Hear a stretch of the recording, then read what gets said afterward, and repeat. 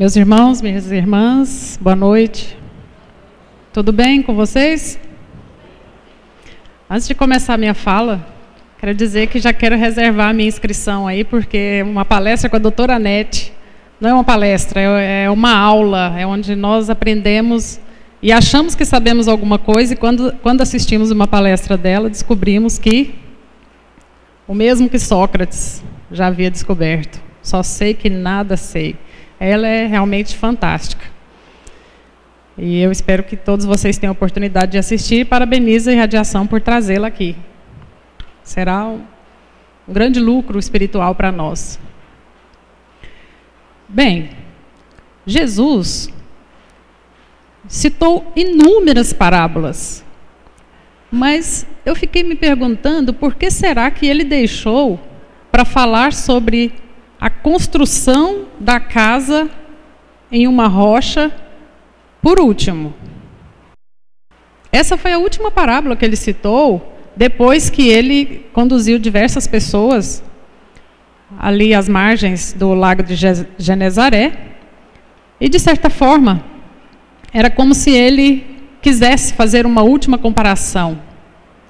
Nessa passagem, ele deixa brecha para inúmeras interpretações, mas é claro que nós sabemos que a intenção primeira e principal dele seria basicamente fazer com que nós construíssemos uma estrutura espiritual capaz de suportar todas as vicissitudes, todas as dificuldades. Mas vamos tentar entendê-la um pouquinho mais e aprofundar, talvez não nas palavras de Jesus, mas no sentido das palavras, na intenção que ele queria. Antes dessa citação sobre a rocha, a construção da casa na rocha, ele parece que já estava preparando o espírito das pessoas para chegar a esse fechamento como uma conclusão. Ele falava da questão de ser essência, de ter a essência verdadeira. Quando ele cita, por exemplo, essa passagem, que ele fala: cautelai-vos dos falsos profetas, porque vem a vós como vestes de ovelhas, mas intimamente são lobos vorazes. E cita também uma outra passagem, que é pelo fruto que se conhece a árvore, e não pela raiz. Ou seja, ele busca, por meio de exemplos simples ali do cotidiano, maneiras para se abrir a mente das pessoas e dizer: olha, não seja aquilo que você ainda não é. Evite ser superficial, evite ser falso e evite fazer com que as pessoas pensem que você é capaz de algo que você ainda não é capaz. Porque pode ser que numa dificuldade você não consiga sustentar. Então ele vem chamando a atenção. Depois dessa passagem da árvore, ele também exorta aquelas pessoas que estavam ouvindo, dizendo: nem todos aqueles que dizem Senhor, Senhor, alcançarão o reino dos céus. E ele fica bravo mesmo, dizendo assim: por que chamais Senhor, Senhor, e não fazeis o que vos digo? Ora, mais uma vez, é essa tentativa de Jesus de nos chamar a atenção para o fato de que aquilo que você fala, se não estiver em consonância, em concordância com aquilo que você faz, não tem valor algum. De que adianta nós falarmos, conversarmos com o nosso interior, conversarmos com Jesus, se nós mesmos driblamos a nossa consciência? Então, o que fazer para ter uma consciência reta, correta, firme, como uma rocha? Vamos tentar entender isso. A principal parábola dessa noite é essa. Vamos ver por partes. Quem ouve essas minhas palavras e as põe em prática é como o homem prudente que construiu sua casa sobre a rocha. Bom, a princípio, se nós formos buscar diversas interpretações a respeito dessa passagem, vamos encontrar basicamente as mesmas. É claro, construir uma família com sólida formação moral, desenvolver uma evolução espiritual com sólidas virtudes, enfim. Mas existe uma interpretação, e eu vou me utilizar dela aqui agora também, que é feita por Emídio Brasileiro, autor do livro O Livro dos Evangelhos, e marido. Ele diz o seguinte, eu estava conversando com ele, né, sobre essa parábola, dialogando, e ele falou, olha só, mas essa parábola, ela quer dizer, não é que você tenha que construir uma rocha e quando a tempestade vier, você estar preparado. Quando o inimigo vier, você saber o que dizer. Quando o inimigo te atacar, você conseguir se defender. Você é que precisa evitar ser a chuva, ser a tempestade. Você que está dizendo, não eu, assim, está dizendo, nós é que precisamos fazer essa reflexão. Nós precisamos fazer o máximo possível para sermos a rocha. E não sermos o vento, a chuva, a tempestade. Aquele elemento de desordem na vida do outro. E ele continua dizendo que, muitas vezes, algum comentário inadequado durante uma reunião de família pode destruir a união de um casal. Algum comentário infeliz em algum ambiente de trabalho, porque um estava de mau humor, aí o outro chega de bom humor e faz uma graça, pode estragar uma amizade. Tudo isso entra dentro daquela visão de que temos sim que construir uma rocha, a nossa casa sobre uma rocha. Mas também temos que ter o cuidado para não sermos a tempestade, para não sermos o desagrado, a desordem. Existem casais que logo no começo da relação, um é mais organizado que o outro. E aí na época do namoro, ótimo, ninguém percebe isso, porque ninguém vai deixar a toalha molhada em cima da cama na época do namoro. Aí se casam. E se a mulher for muito organizada e o marido deixar os sapatos no meio do quarto, ou deixar a pasta dental aberta, ou usar o vaso sanitário, achando que é o jardim, e ainda não abaixar a tampa, isso pode ser uma tempestade em uma casa construída na rocha. Se não estiver ainda construída na rocha, como acontece no início de um casamento, às vezes é construída na areia, pode desabar. Vai perdendo a admiração. E quando perde a admiração, o próximo passo é perder o amor. E aí, o que a gente faz então? Essa rocha ela é interna, ela é externa? Como fazer para não ser tempestade?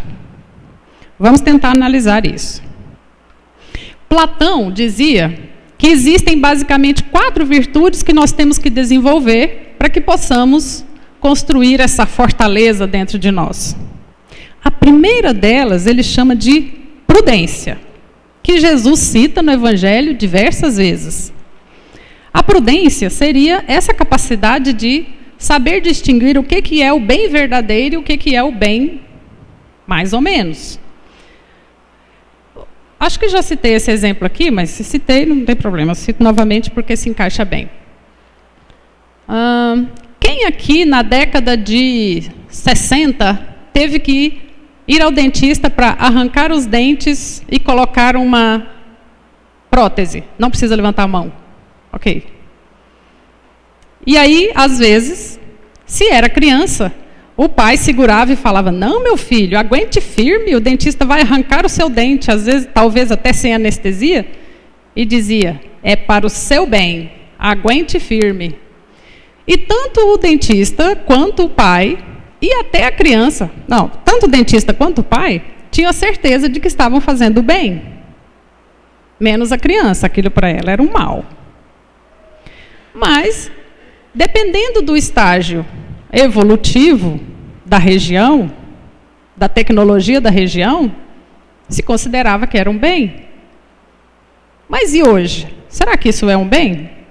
Hoje não se arrancam dentes, né? Se recupera, aliás, se evita ter cáries. Então, às vezes, aquilo que nós pensamos que é um bem, pode não ser um bem.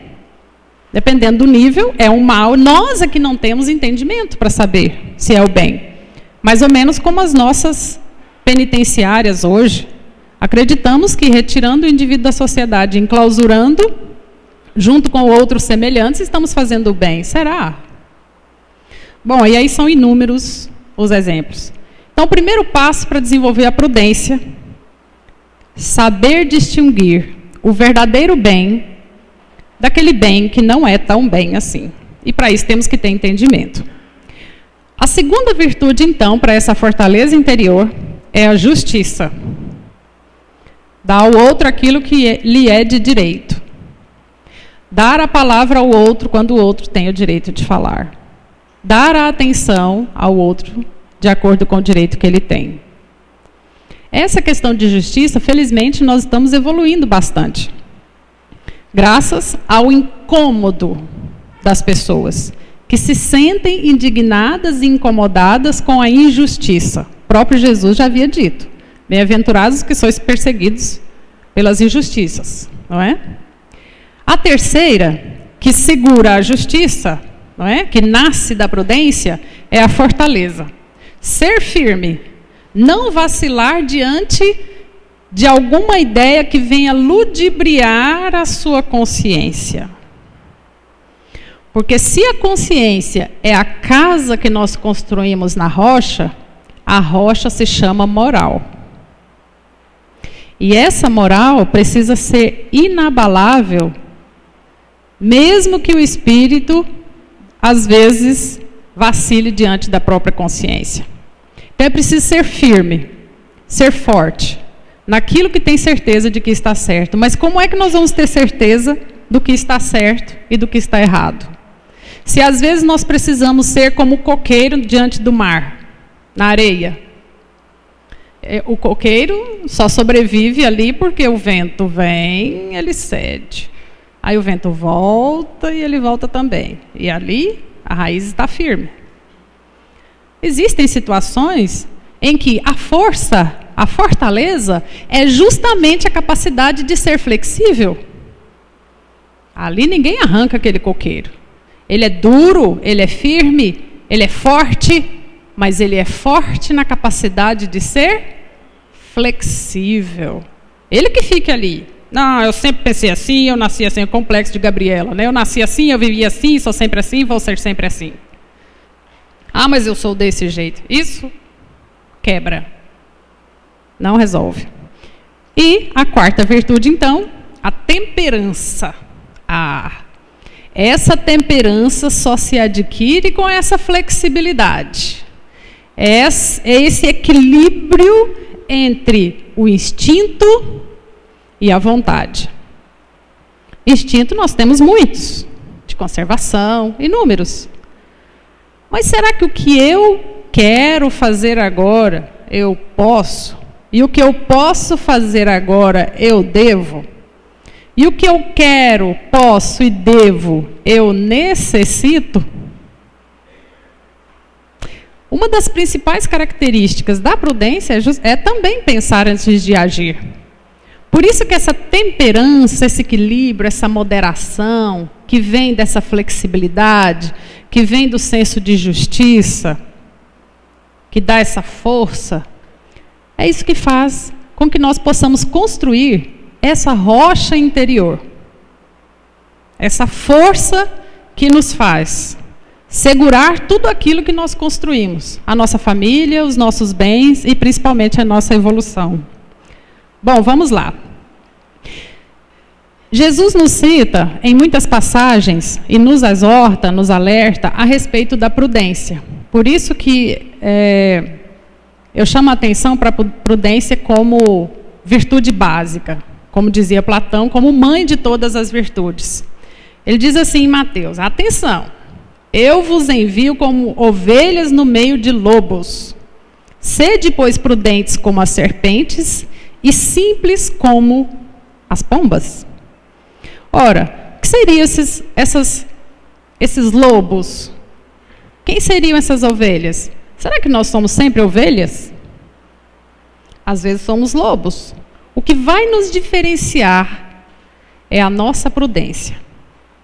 É a nossa capacidade de justiça. É a nossa força e a nossa temperança. Isso que vai fazer de nós ovelhas. que é essa prudência que faz com que nós consigamos sobreviver dentro de todo esse processo. E outro, ele diz assim também: quem é fiel nas coisas mínimas também é fiel no muito. Também, quem é injusto no pouco também é injusto no muito. Eu penso que os espíritos ficam nos observando desde a infância e vendo se nós temos alguma serventia, alguma utilidade. Então, se o irmãozinho tem o hábito de pegar uma moedinha na carteira do outro irmãozinho, se existia um plano ali para ele ser presidente do Banco Central, já não há mais tanta confluência. Bom, em tese, não é? Eu penso que os espíritos nos observam e torcem por nós. Eu penso não, isso é óbvio, né? Está escrito e a gente sente isso. Mas nos pequenos detalhes, bom, a diferença entre R$10 e R$10.000 é só uma questão de zeros, né? Não tem problema, eu trabalho aqui nessa repartição pública, eu vou levar esses clipes aqui que eu estou precisando lá em casa. A corrupção é a mesma? O furto é o mesmo? Não é não? Vou aproveitar para imprimir esse material aqui no ambiente de trabalho. Tem muita folha. Qual é a diferença entre desviar R$1 milhão para a conta na Suíça e deixar aquele dinheiro fazer falta? Então, quem é fiel no mínimo, também é fiel no muito. Quem é infiel no mínimo, também é infiel no muito. Já Jesus nos exorta, né? Outra passagem, ele diz assim, de vigilância. Se o dono da casa soubesse a que hora viria o ladrão, vigiaria e não deixaria sua casa ser arrombada. Ficai preparados. Essa palavra preparo, vejam só, estar preparado. A principal função da escola para nós não é formar em nós uma estrutura sólida de conhecimentos científicos? Sim. A família tem condições de passar para nós geografia, história, química, física? Graças a Deus, não. Então, o que ela faz? A família terceiriza a sua educação e espera que a escola dê continuidade àquela educação que a família deu. Mas e quando a família coloca o filho na escola como se estivesse entregando? E que a escola trate de passar as orientações morais, espirituais, de conduta, de comportamento, saber a hora de sentar, de levantar, de falar com licença, por favor, muito obrigado, me desculpe, pode passar, com licença, professora. Isso vem de casa. Isso é estrutura. Mas eu sou mãe, eu vou ficar falando tudo para o meu filho. Vai, tem que falar tudo. O tempo inteiro. Não se constrói uma rocha. Não se constrói uma estrutura de caráter depois da adolescência. É em cada minuto, em cada segundo. Na pequena falha já chama atenção. Na pequena vitória, elogia. É assim que vai se construindo. É tijolo, argamassa, tijolo, argamassa, tijolo, argamassa.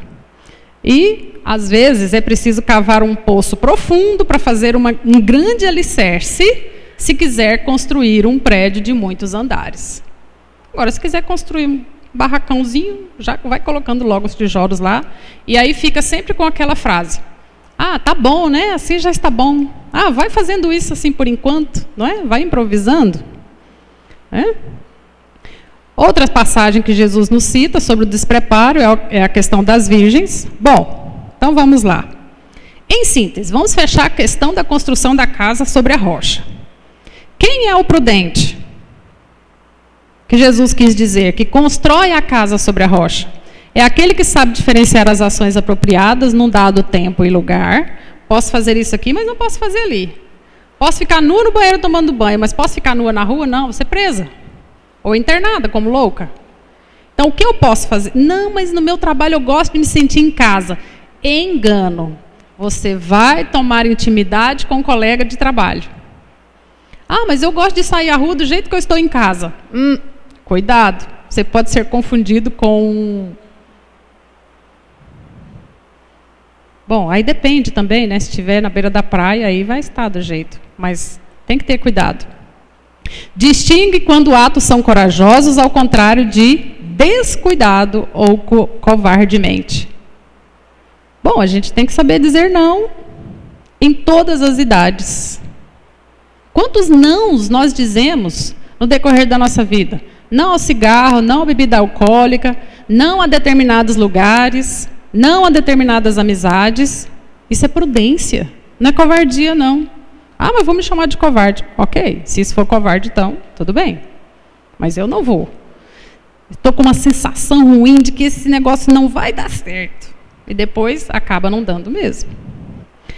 É o exercício de julgamento sadio em negócios práticos. Respeita os riscos necessários. Se existem riscos, bom.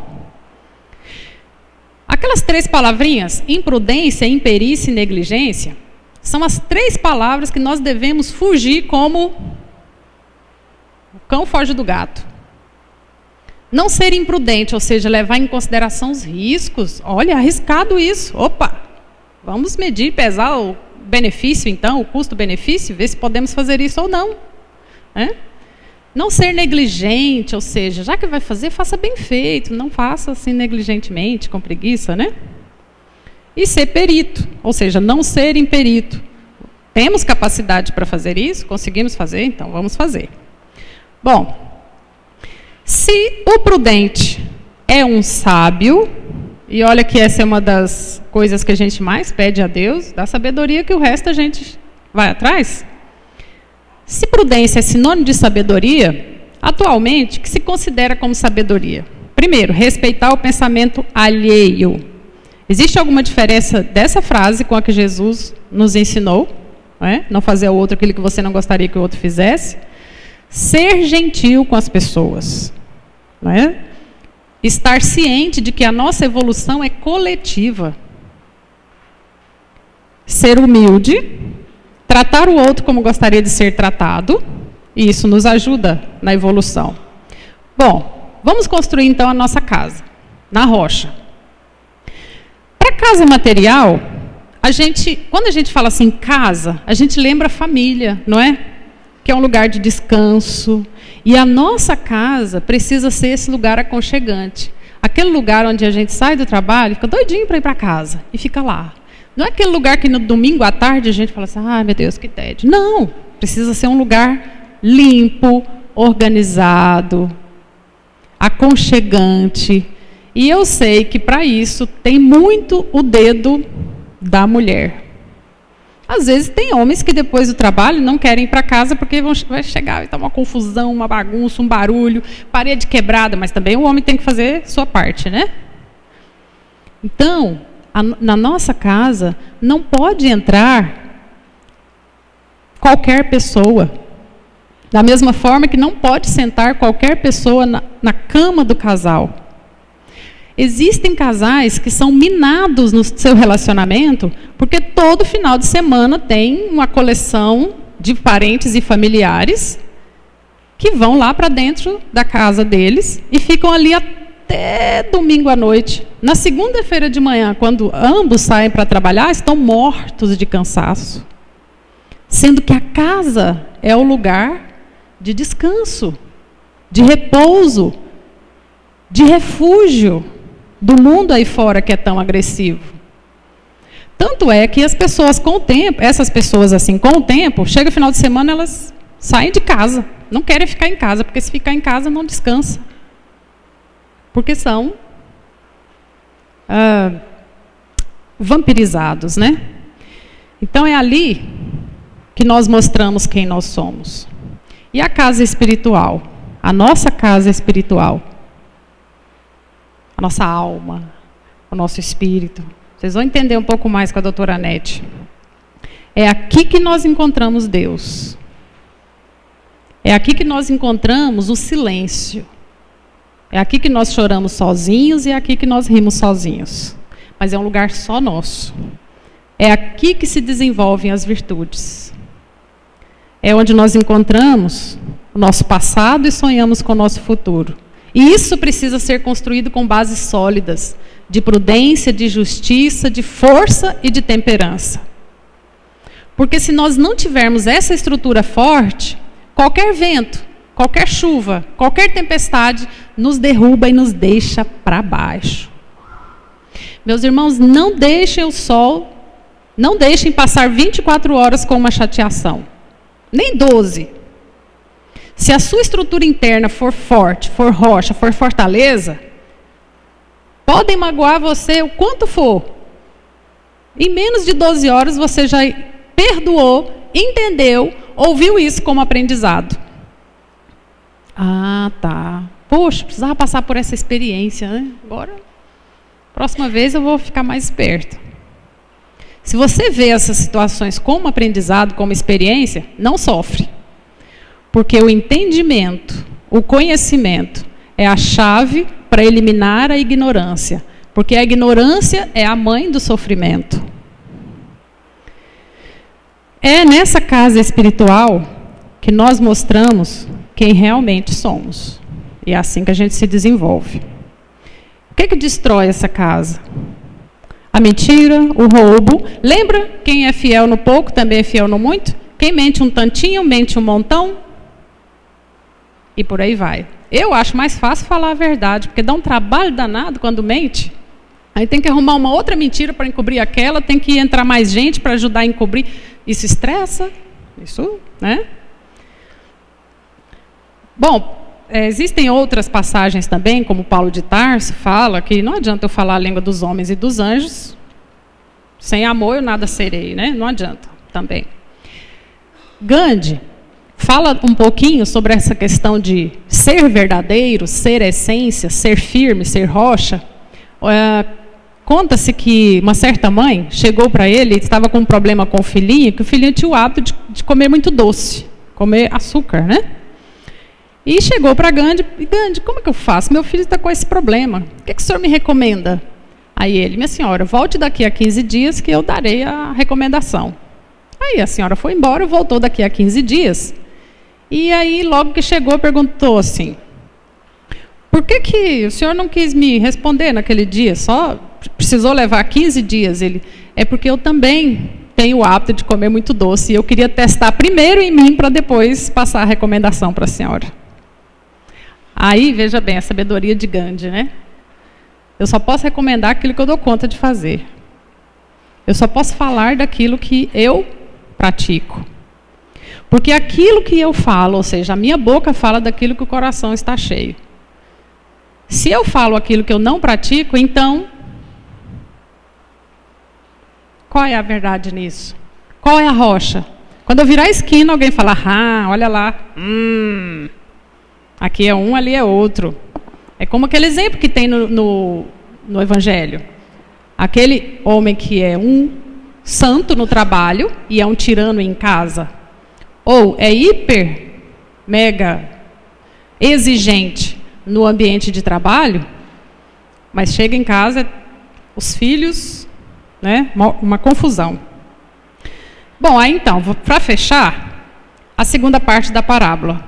Caiu a chuva, vieram as enxurradas, os ventos sopraram com força contra a casa, mas ela não caiu, porque foram construídas sobre a rocha, não é?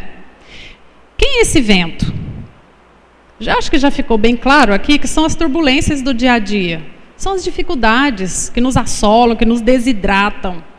E se a gente ficar olhando essas dificuldades, esses pequenos problemas no dia a dia como inimigos, nós não vamos conseguir evoluir. Mas se nós olharmos essas dificuldades como aprendizagem, como treinamento, como mais ou menos como aquele sol forte que fortalece a árvore, ou como aquela água fria que alimenta as raízes e faz produzir o fruto, nós teremos uma outra visão dos problemas do dia a dia. Uma outra visão dos inimigos, das dificuldades financeiras, do estresse do trânsito, e por aí vai, não é? O maltrato vindo por parte dos homens, as tentações, não é? A tentação de passar o feriado inteiro na frente da televisão e não produzir, não ler um livro, e por aí vai. Para evitar isso, para construir uma casa sólida interiormente, espiritualmente, são poucas as saídas. Uma delas é o estudo, a leitura, A capacidade de refletir a própria imagem naquilo que foi escrito por uma outra pessoa. Na dúvida, mantenha um livro no carro, outro na mesa de trabalho, outro na cabeceira. Não coloca no banheiro não, porque faz mal. Mas ler sempre. Manter o hábito de estudar, mas de fazer leituras edificantes. É a melhor maneira. Se estamos com deficiência numa área, com uma falha numa área, o prédio está tombando para um lado, né? Estamos sendo cobrados por isso, está difícil essa parte.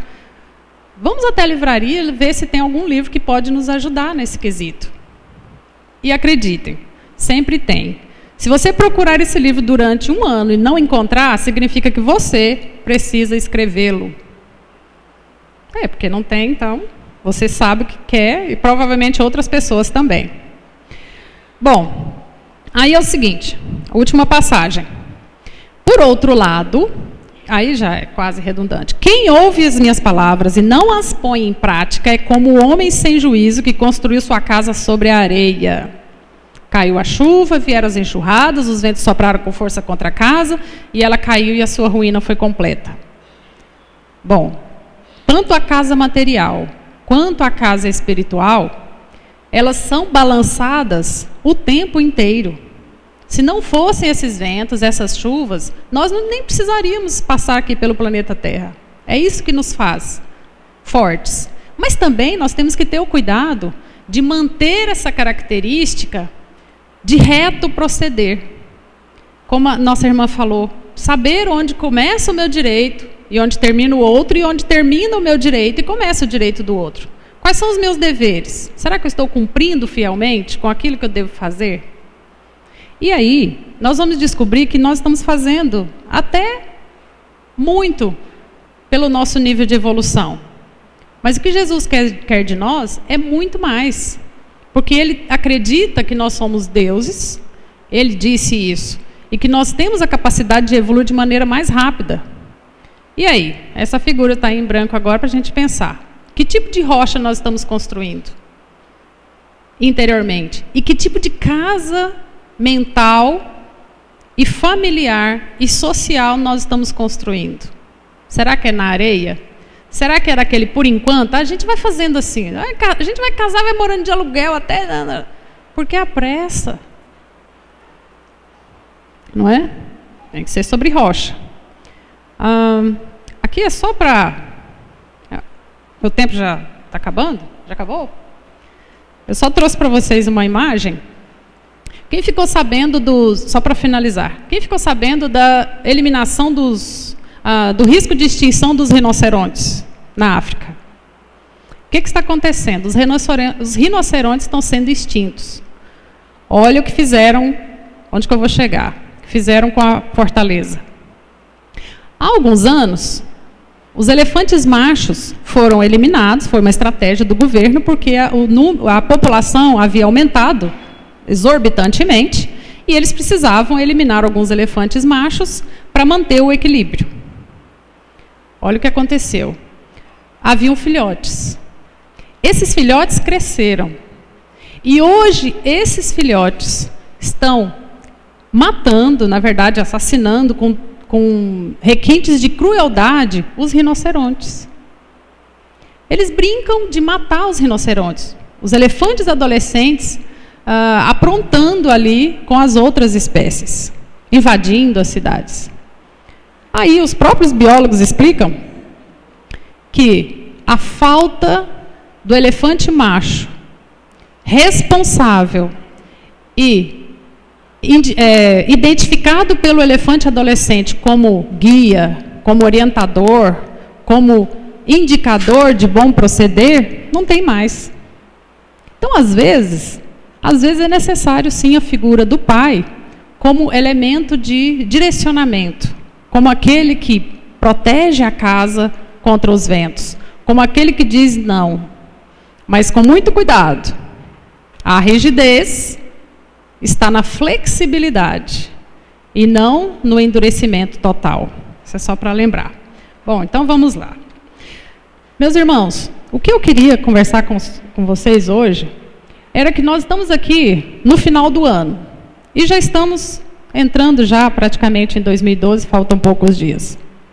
Vamos aproveitar para fazer um balanço e verificar se tudo aquilo que nós fizemos no decorrer de 2011 realmente se constituiu em Fortaleza. Quais foram as nossas vitórias?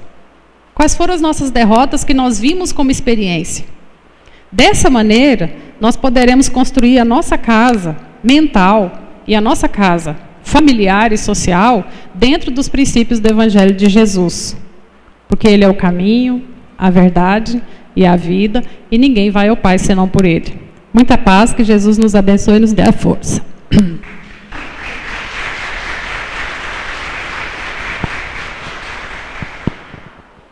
Os nossos agradecimentos, as nossas oradoras